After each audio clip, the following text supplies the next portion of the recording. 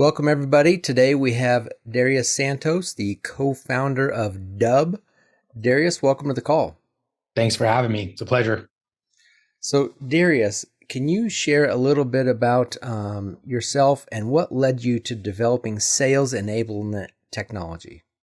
Well, I've actually always been sort of an entrepreneur, but more on the sales side of it. I've always been in sales since I was a little kid. I used to go push the lawnmower around and I'd say, look, I'll mow your lawn, I'll do this, I'll whatever. Let me sell you something. Let me earn some money. And so that's always been a big, strong suit of mine, right? Communications, relationships, and business development. And so when Ruben and I, the co-founder here, when we got together, we realized there was this sort of this problem that people were facing, right? A lot of noise in the market, a lot of messages going out there, a lot of ineffective messages.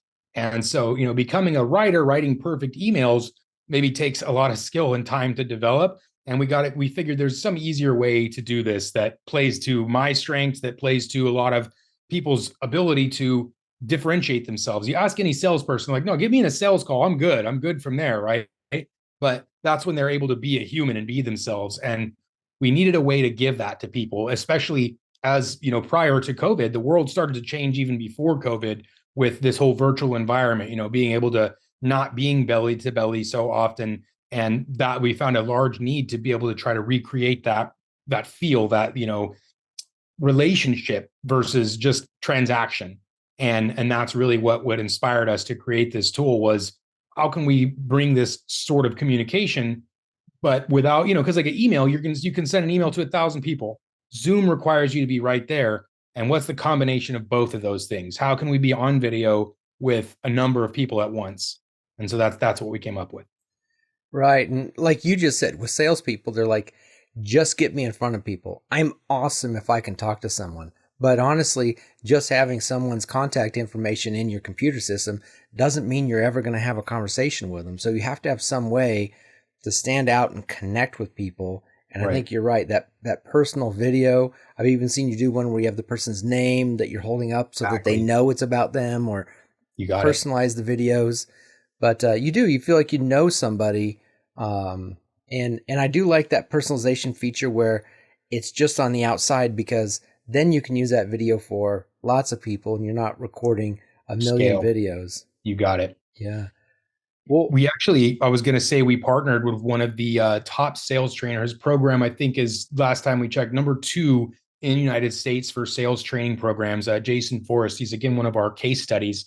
And they actually train everyone on using video as part of their sales outreach now, because when we engaged, they doubled their appointments as a result of using video messaging, because the biggest problem they're facing was interrupting the pattern, disrupting the noise, getting their message actually heard. mhm. Because, like, okay, yeah, everyone's trying to sell something. This is a sales message on how to sell something. And they noticed using video, they were able to book literally twice the number of appointments as a result of using video. So Right. it's super powerful. Well, I mean, you've mentioned to me just behind the scenes, like a bunch of other huge sales trainers that are using the system and switched to Dubb that, Absolutely. nobody's even aware of. So it's definitely a sales tool that connects. Yeah. Yeah. Well, let's tell people. So people are hearing this Dubb and they're hearing video sales tools, but let's explain to people. And I know that we're going to put a video down below where people can watch a tour and see what it does. But Yep. just with words right now, explain what it is and what it does. I think that the most important part, what I mentioned there, the interruption of the pattern with video, what we've done is make a technology to where it's now probably easier to record a video versus typing a longer email. If it's just one or two sentences, great, you can type it. But if it's anything where we're going to communicate, it is now going to be easier to actually record a video, place this into the body of an email or a text message or a social media message, and have that message not only look very different from what your competitors are doing, but it's also going to behave differently. It's going to connect with you into a video where you say, hey, John, and there's some technology I'll show you guys here as well, where you only have to record the first part. You can just say, hey, John, I got a message for you. And then it goes into your pitch. So that way we're not having to repeat yourself. That's even easier than typing the email and copying and pasting the paragraph, where it's just automatically there. So that's what we've really done. And that's the major part of the technology, is enabling people to record a video of themselves, of their screen, of something, and make it a part of any message faster than they could ever type it. So that's what the technology is really doing, is enabling the creation of them, but then also the distribution and the tracking. So we get much more intelligence, because in sales, if you're not measuring what you're doing, you don't know how effective you're doing. You're spinning your tires effectively, and you're not sure, okay, we sent 1,000 messages. How much did that result in? If you don't know, that's something you should be measuring.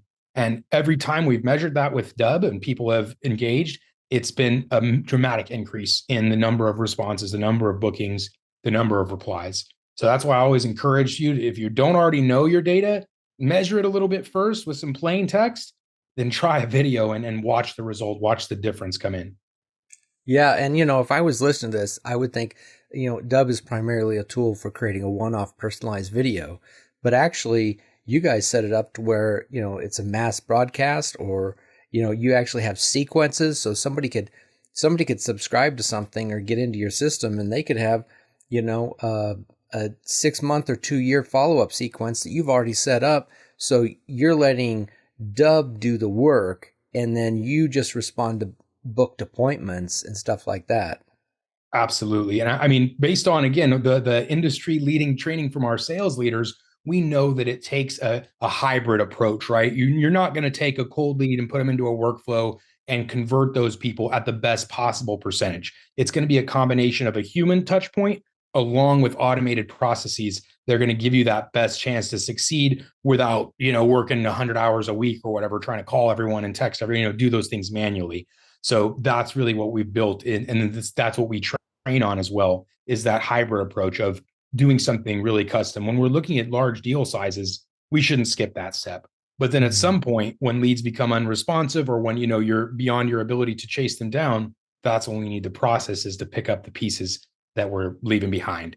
And that's really where the training and the technology merge to give you both of those things. Right. And if somebody doesn't want to spend all their time figuring out how to be a copywriter, I saw that you guys have added the AI to help them with all that. You got it. Now, and we continually innovate here, because when we're creating videos, it's a new type of hurdle for some people, right? They've never made video before. They've done calls, and maybe they sent some emails. It's that same basic concept, but sometimes we need some help. And with the technologies that we have available to us today, these things are much easier than they were in the past. The AI is a very smart person, essentially. You can just ask it, hey, write me this subject, write me an email body, write me a video script on this specific subject, and they can give it to you, and it can give it to you really well. I do still recommend a human revision at this point, because it's smart, but it's not that smart. It still needs a human to look at what it wrote, just for safety and compliance, and make sure it's accurate. But no, we have people now that are doubling their production, doubling their output, because they don't have to write everything from scratch anymore. They can pop a couple of inputs into the AI, get a great script, paste that right into a teleprompter, and now the video is being recorded for the internet for your contacts.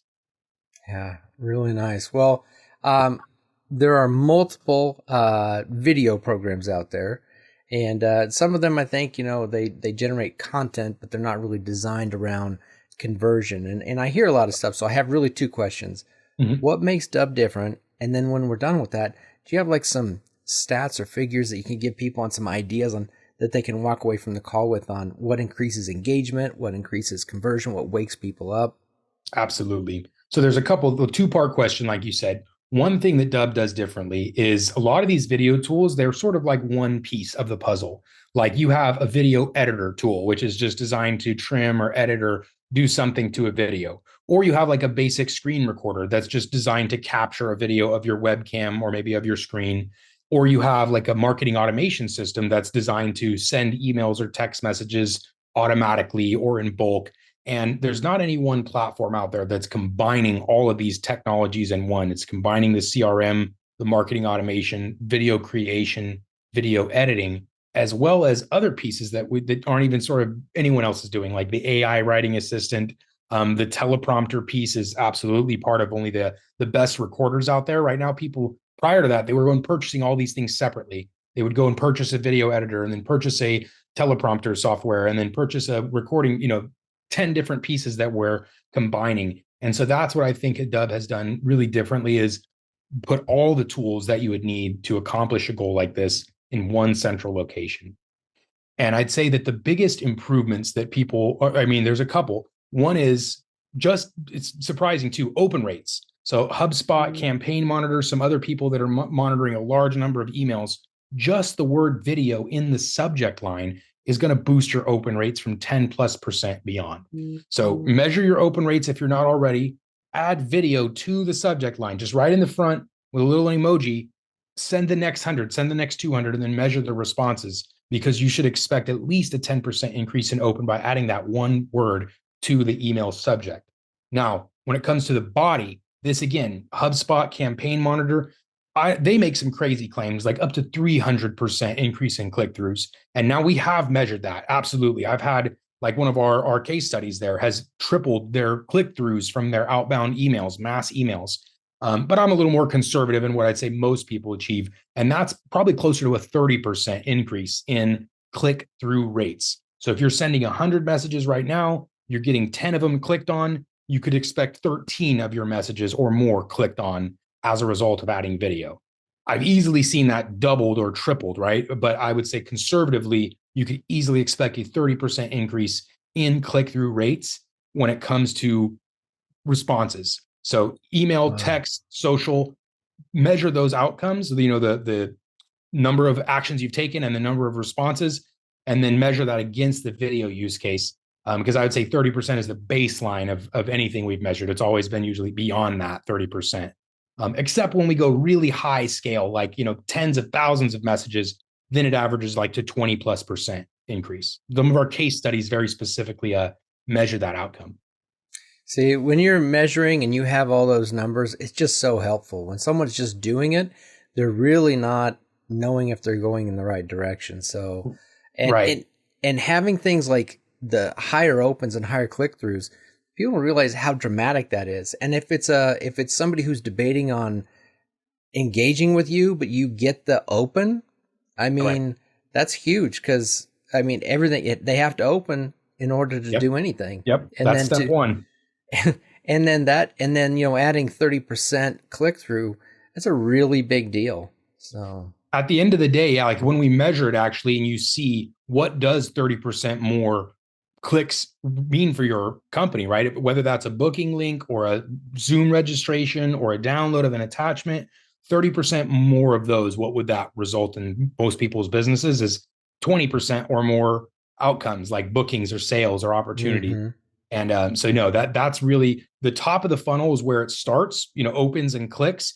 But there's a whole other part of the sales cycle there as well, like reviews and testimonials, because we built all that as well. There's a whole engine built into the platform to collect reviews and video testimonials, either automatically or manually as well. And so that's on the tail end of the sales cycle where most people forget to pick up, like, okay, I got a deal, on to the next one. But no. You can take that one deal and turn it into 2 or 3 with the proper systems in place to capture their story, ask for referrals, promote their success in front of others. And so that's another part of the Dubb system, which is a full sales cycle enhancement. So we talked about prospecting, sort of top of funnel. There's also the middle and bottom that needs nurturing, and it needs the flywheel effect. We need to take that one customer and turn them into 2. Mm-hmm. And what I like is when you have that funnel at that beginning, if you can take something that was a 10% open and turn it to a 20, or 20 and turn it to a 30, you're doubling the outcomes, because we found that people focus so much on the end. Yeah. But if you're having a small inflow and then the end result, you're increasing that's not as big of effect as just simply starting from the beginning. Right. Because if you can double that, you're automatically doubling, downstream. So this is where most of our businesses that leverage video fully, they end up taking it where, to social, to the internet, to YouTube, to Facebook and Instagram and LinkedIn. And that's where they're now doing lead generation for free. So before, we're paying a lot of money for ads. We're doing some really targeted copy and content creation.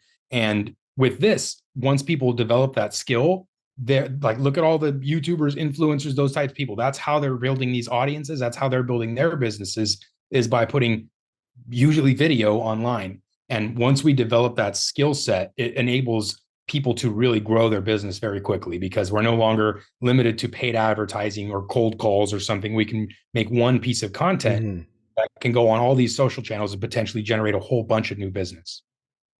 See, and I see this as something, as someone who's done franchise brokering, I see this as a great tool. That, in fact, that's why I originally had purchased Dubb, was to help me connect with clients that would be a new cold lead. Yep. Because you're not guaranteed that, even though you have that contact information, that they're actually going to pick up the phone and call you and have that very first call with you. And seeing your face inside of the email when they open it, and then hearing from you was something that really seemed to stand out. The other Absolutely. thing is franchise. I see franchise development companies and even franchisors, because all of these people get leads of people interested in their concept, and it just helps you stand out and connect for sure. Absolutely. Yeah. That's where as I mentioned, our sales sort of driven or sales focused franchise companies where a lot of their people are doing prospecting, business development, lead conversion. That's where they've had the greatest success with the Hmm. platform as well, because they are measuring outcomes. Their business is directly driven by the growth of their sales team. And that's where we've had the biggest impact. And they say, okay, no, everything's got to be a video. Every lead needs a video versus, no, we can do it some of the times. So the people that have adopted it usually have the greatest success with it. Others I've seen that'll just use it as like a silver bullet in their back pocket. Someone's disappeared, someone's ghosted you. They pull the video out, send it that way, and then now you can do a pulse check because you can see if they've watched it or not. See where that leads at versus just sort of wondering, did they even get my email or did they click on it or not? So Yeah, across the board. yeah, that tracking is amazing. So, do you have any? I have some other questions, but I want to ask you: do you have any train wrecks or situations where some companies were just struggling with the sales? You guys helped them implement Dove, and things absolutely turned around. Yeah, and in fact, several of these stories, many of these stories, one of our more recent ones with sort of a little, somewhat of a celebrity. Many people know Jeffrey Gitomer.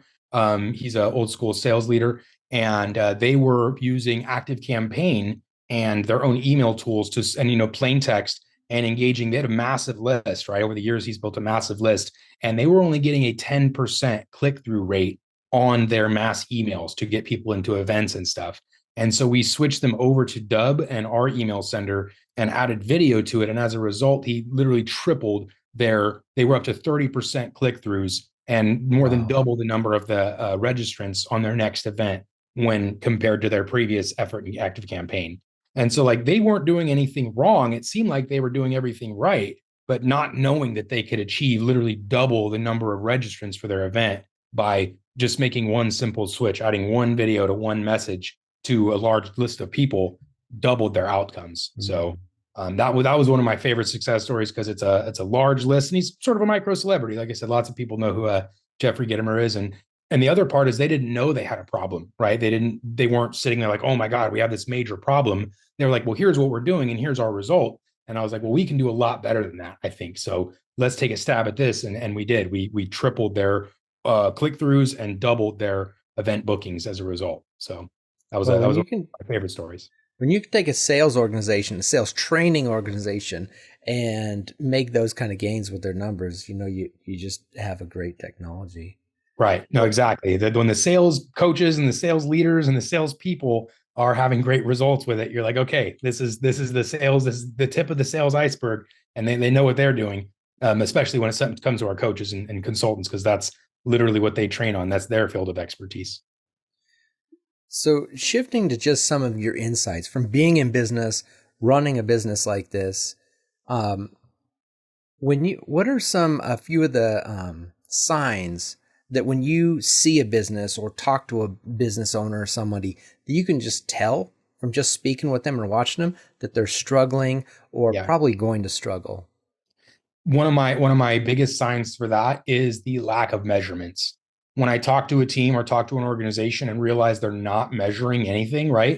They're like, well, we have a BDR or BDRs and they're doing these activities and it's not really measured. They have a goal, like, yeah, the Mhm. BDR, the SDR, the salesperson should do these numbers of activities per day, but it's not actually being measured. It's not actually being logged, like how many messages resulted in how many responses. And in Mhm. the organizations that I've seen that are not measuring those things, they don't have a goalpost. They don't have a target in mind. They don't have these places, these milestones that we need to hit. And so without those targets, we're just sort of wandering, right? Where we don't have a clear guide. And so I Mhm. would say that the businesses that are not currently measuring their efforts, whether that be outbound sales or inbound lead response or marketing channels, these things need to be measured very succinctly and specifically so that people can understand what's happening and then make improvements, make changes based on that. Because, like split testing, we call A/B testing, right? That's really huge. Every campaign that you do, I've seen this too many times. People don't do a split test. They say, okay, what's the subject we want to use? What's the body we want to use? Okay, send it. And this is a massive email going to thousands of people, and you don't even know if you could have done better or not. So Mhm. lack of measuring is the sign that I've seen in a lot of. And this is, if you're a solopreneur, small business, you're maybe not even ready for measuring stuff yet. You're still building out your workflows and stuff. But I've seen more advanced businesses that have plenty of hires and stuff that are lacking that accountability, that measurement. And that's not setting us up for future success. No, I think even if you're starting out, you got to measure, because you'd be Yeah. shocked at the difference in your subject lines and your emails on the response you're getting, and that directly correlates to your bottom line. You got it. People don't realize your customers, that's who you sell to. So, and the most expensive customer is the new one you're just acquiring. So your existing customers, keeping them engaged Yep. and getting those opens at the highest rate. So like your A/B split testing, like you're saying, is outstanding. One of the things I learned too is when you start testing, start with dramatically different ideas and concepts Yes. and Yeah. see which one gets the juice, and then improve the juice, You you got know? it. Yeah. Yeah. You put your 100% effort on effort one, and then do the complete opposite for split test two. And then you never know, because like here's what your mind thinks and what your best effort is. And you do something polar opposite of that. It might be an eye opener. You might see, hey, no, I knew I would be right. This is the best. Or you see, wow, this thing I didn't expect totally blew it out of the water. For Mm-hmm. example, one of these subjects on the cold to sold, cold to gold sort of sequence, just saying, first name, question for company name is a really common B2B subject that's really great open rates. You'd be Mm-hmm. surprised. It's super simple. It has nothing to do with your business, nothing to do with their business. First name, question for company name. And it gets tremendous opens, better than probably the subject you could write for a B2B email. So just these little things sometimes you don't know until you actually have the expert come tell you, a consultant or consultation or a lesson or a course or something from a leader, or you've gone and measured these things yourself. It's one of those two. I recommend the first one, right? Go learn from somebody else who's done all these things already. Save yourself the steps and then do those yourself from the get go. Right. And, looking at those numbers, don't just send it and forget it and move on to the next one. Look Right. at those numbers, like you said, because you can replicate it. Like I have some winning subject lines that just killed it, Yep. and we always learned that um, short copy gives people less stuff to Yep. disagree with or get Yep. confused by, They're shorter like, that's a converts. dequalifier for me. That disqualifies me. This one sentence down there, or if it's Yes. long, people just glaze out. I can't read this whole. I'm in a hurry. I'm too much. All those things. Yeah. So short is usually better, and that's a big part of the video as well. We talked about mistakes people make. Sometimes people do that. They'll write this giant email and then they'll put a video also, and it's like there's too much information there, right? Mhm. That's why you come get the training. Come watch any tutorial. Any place will tell you don't do that. So, Right. yeah. Well, excellent. And then, so how are thriving companies doing things differently? Not just the polar opposite of that, but what do you really Yeah. see from thriving companies and that people can learn from? I see from the fastest growing companies that we're working with are doing a couple of things in common that I've seen.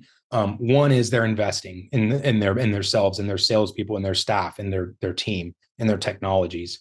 A lot of people that aren't growing, right? They're like, no, we're gonna sit tight. We're not gonna take risk. We're not gonna invest. We're just gonna do with what we have. So I think actively, constantly seeking, just like we talked about split tests and measuring, those are the beginning. Once you're measuring, okay, well, what's the next improvement? What's the next improvement? So it starts with the measuring, but then as a result of those measurements, you're looking for solutions. So the actively seeking to invest in our business development or in the ability to grow our business, I would say is another key sign. actively prospecting for these opportunities, right? Mm. Research. And this is not something easy to do because it takes something from a leadership level, like at least a manager or someone high up to sort of be able to do intelligent research and enact intelligent decisions within the business. So while it sounds like an easy step, yeah, always improve, always be learning, yeah, but actually to do it takes someone from a high leadership level to take that upon themselves and then implement that in their business. So constant research and investment within the organization and within the individual themselves, I would say is a big sign of success. If you're stagnant, if you haven't learned anything new or adapted any new technology in the past couple months, you're in a trouble right now because technology is doing this crazy thing with AI and a lot of stuff right now. So if you're falling behind, just get on the horse now, get back on and stay on top. Yeah, all you have to do to fall behind is keep doing the same old thing. That's it. The status quo will crush you, you Yep. know? I have seen also, we talked about split testing like with emails and stuff like that, but it's surprising to me that people aren't testing out their technologies against other and different new technologies or their Right. teams that support their company. They're just sticking with the same old thing and trying to, I guess, juice it or kick it to get it to exceed. But really, sometimes you need new ideas, uh, there's things that I thought I never believed when social media came out that people would want companies to reach out to them on social media. I thought that Right. was kind of like your friends. Right, And right. and I'm getting a coffee at Starbucks. I don't need somebody sending me a DM to sell me something. right, and here you have people sign up to a Twitter to get a tweet from a Dorito. Yeah, And I think the new the new generation's like, it's hilarious. Doritos tweeting me. right. But it's like I never would have thought that. So you have to be willing to learn and grow and pay attention and stay fresh and new for sure. Yep. And that is, like I said, easier said than done because people have different definitions. Like you can watch a YouTube video or you can watch 10, right? You can watch 10 targeted ones that are specific, or you can watch one and then you go down the rabbit hole of being entertained. So Hmm. it takes a lot of focus and attention to be able to stay on top of that learning curve. It's like you're always in school. You never get a summer vacation. Right. Focus on learning and not being entertained because Right. you can, Yep. yeah. And what's some of the biggest challenges your company personally went through as part of its growth curve to get here? Well, I think that, in the very beginning, it was literally just me and Ruben. It was two guys trying to Hmm. start this whole thing for ourselves and bootstrapped, right? No external funding or whatever. That was the most challenging part because it was like you had a timeline of this big. Look, we have this much time to try to get this whole thing to work. And I'm Hmm. just really grateful that we were able to tie things together and find a target audience and start selling and building really quickly because what we just talked about, the research and saying what's the best thing we can do, let's split test this. We Hmm. did all those things, and I think it was a benefit of having just us two because there was no one else to deal with, no other moving parts. It was all on us. The bad side is you have to execute it all yourself, and now we're in a better place where we can ideate, we can strategize, and then have other team members execute. But no, I'd say that was probably the most challenging part, was just that lift off, getting off the ground within those first 6 months to a year, getting a place to where we were profitable, we could keep our families fed and keep doing what we were doing without having to go chase down some investor or something like that. But Hmm. that was a tough time, or was a scary time because you weren't certain. Nothing's certain, especially in that first 6 months to a year of a startup. But yeah, we grown. I sat here, I strapped myself into the chair because I would get bad posture after you sit for too long. And so I literally would boat myself in to keep my posture good. So I would stay up because I was on there 10 hours a day for 7 days a week for months, just hammering it. But yeah, I wouldn't change that time for anything. Well, and what you said about you and Ruben starting it, the thing that I noticed from starting companies that I did is if you try to hire everything out and you don't learn it as the owner, you just don't have that firsthand knowledge, Right. and as you grow, as you outsource stuff, if you don't keep your mind in it at some degree, then you still can get out of touch and lose track of things. And I think that's why they have those undercover bosses. They start realizing, I've gotten Right. so big, I don't realize that what we're asking is unrealistic, or I have Yep. no understanding of what the people are doing on the front line. That's it. Yeah, no, exactly that. We started everything, and as soon as we realized, okay, we're at a place now we can delegate some opportunities to other people, and but yeah, that was a good times. What would you say is the best decision you ever made in business outside of getting started in business? That's tough. Let me think. Best decision. Best decision. Maybe the first hire, or there was actually a time where there was where we sort of got our seed round was from investor, not from investors, but from early adopters. So a lot of people Mhm. go to, and they go try to find an investor, and then before they have product, before they have sales, before they have anything, and we didn't do that. So had we done that, maybe we'd be in a different place. I don't know. But when we went and got our seed round from our early adopters, that was probably one of the better decisions, because that's how we were able to get over that hurdle and stuff. So the decision to build product and find early adopters as investors versus trying to find some seed investor, company and be beholden to them during a launch, that was probably Right. one of the better decisions we made, because we had control over everything we did. And as a result, we're able to build a successful company without having to, answer or wait for someone to try to sell it out from underneath us or whatever, something like that. Right. Yep. Well, I know you're in technology, and I think I probably know the answer to this, but what are any new trends or technology you think people should be aware of? I think that the AI is going to be a piece that people have to keep an eye on. I'm seeing a lot of AI in video, but it's also breaking the point. Like, it's defeating the purpose, because the whole purpose of a video is to help build trust, right? To simulate that human personality, or like in the human connection, like when you're in Right. person.